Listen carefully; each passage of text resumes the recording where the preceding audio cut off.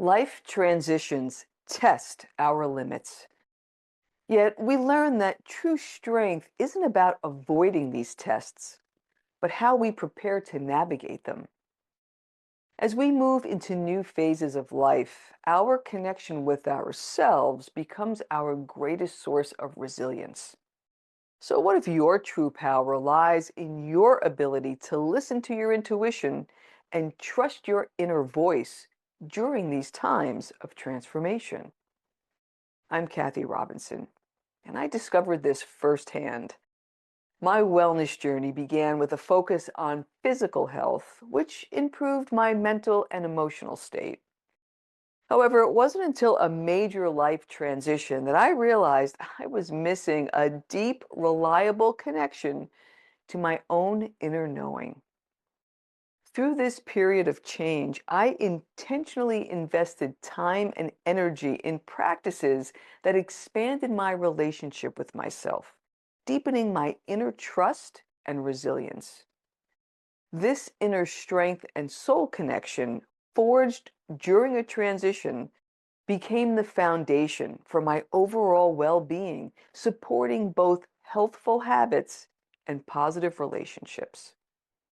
Think of it as a three-legged stool: body, mind, and spirit, each essential for stability and balance. If one leg weakens, the entire structure is compromised. The glue that binds these legs together, ensuring each is robust and balanced, is inner strength and connection. In part one of this series, I introduced one of my favorite tools, the holistic wellness spectrum, which I created when I wrote my book, The Athena Principles. As a reminder, the holistic wellness spectrum categorizes wellness activities into three categories: vitality, the physical; flow, mental and emotional; and connection, our relationship with our inner self and outer circle. We've already explored vitality and flow in previous installments. Today, we'll cover the first part of connection, building a strong and lasting relationship with yourself. In the next series installment, we'll learn how to take these practices out into our relational circles. We'll begin with the components of inner strength and what it means to create a connection with yourself. There's a vast landscape of inner exploration techniques, ranging from quiet reflection to a profound sense of spirituality and formal practice. For many who are drawn to this journey, it's about cultivating mindfulness, honoring intuition, and finding moments of stillness in the swirling demands of daily life. It's about dedicating time for reflection, listening to the wisdom that resides within, and creating practices that nurture the soul. Spirituality in this context is broad and inclusive. It's not about adhering to rigid doctrines or organized religion, but about finding a sense of connection to something larger than yourself, be it the awe-inspiring beauty of nature, the transformative power of art, the profound insights of philosophy, or the quiet strength of your own personal belief system. This is the still space where you discover meaning and purpose, a sanctuary for your inner self. Inner work is the intentional and often challenging practice of exploring your inner environment, your thoughts, emotions, and beliefs. It requires self-reflection, introspection, and a willingness to confront your inner world with honesty and compassion. Through this process, you begin to understand your ingrained patterns and cultivate a deeper sense of self-awareness. Reflective practices and rituals, including contemplation, journaling, and positive action, provide structure and meaning to your inner journey. These practices cultivate loving kindness, compassion, generosity, and gratitude, fostering empathy and appreciation for both yourself and others. They also help mark significant transitions, honor experiences, and create space for growth and renewal. Nature, rejuvenation, and stillness support these practices in profound ways. Nature grounds you in the present moment. Rejuvenation replenishes your energy reserves. And stillness allows you to listen to the quiet wisdom that resides within. These components help build inner strength by increasing self awareness, helping you understand your thoughts, emotions, and beliefs. By cultivating emotional resilience, strengthening your ability to navigate challenges and setbacks. Deepening self compassion, fostering kindness and acceptance toward yourself. Enhancing connection to meaning, helping you find purpose and fulfillment in life. And creating a sense of inner peace, providing a foundation for tranquility and stability. By intentionally engaging with these elements, you build a strong and resilient inner foundation that supports your overall well being and allows you to live a more authentic and fulfilling life. Now let's move from theory to action. While we'll dive deep into specific practices like reflection, journaling, and positive action in future installments of this series, we can begin by setting the stage for these experiences. Think of this as preparing the soil before planting seeds, creating the right conditions for growth.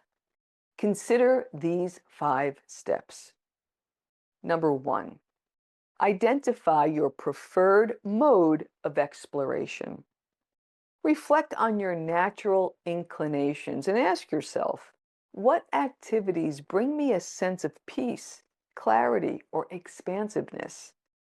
Perhaps you enjoy writing, spending time in nature, listening to music, reading inspirational books, or engaging in quiet reflection.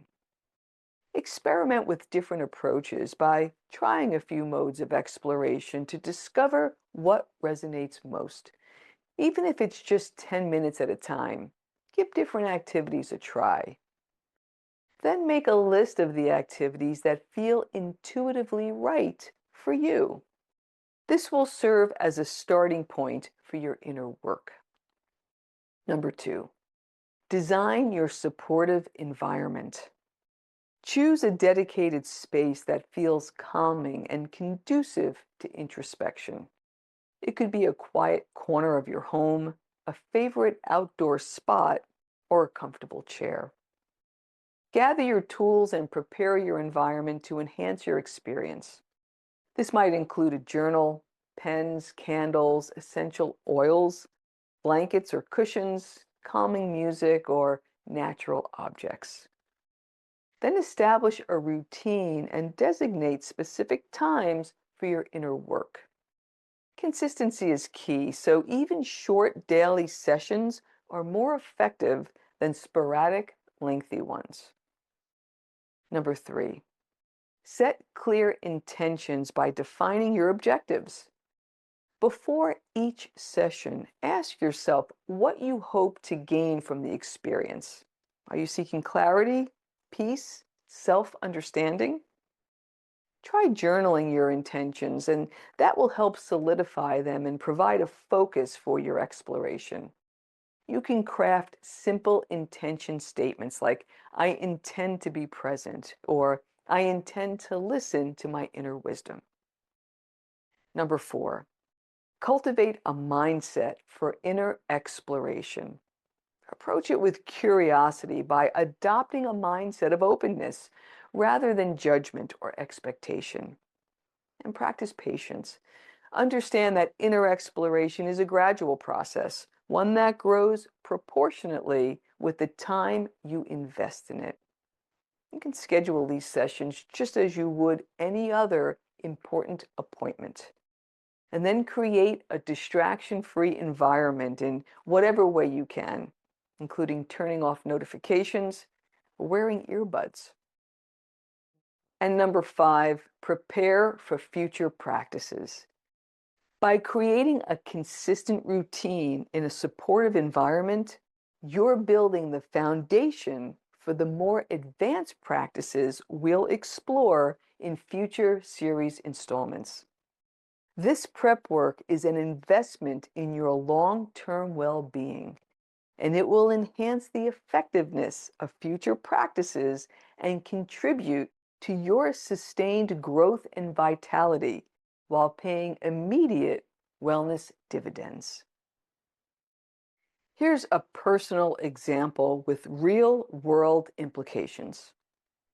As I look back on my corporate career, I found an interesting connection between the times I felt completely burnt out and the depth of my connection with my own inner knowing at the time. One time in particular, I was overwhelmed with stress and facing insurmountable expectations set by my new management at my firm. My solution was to work harder and put in more hours rather than to check in and see what I really wanted for myself.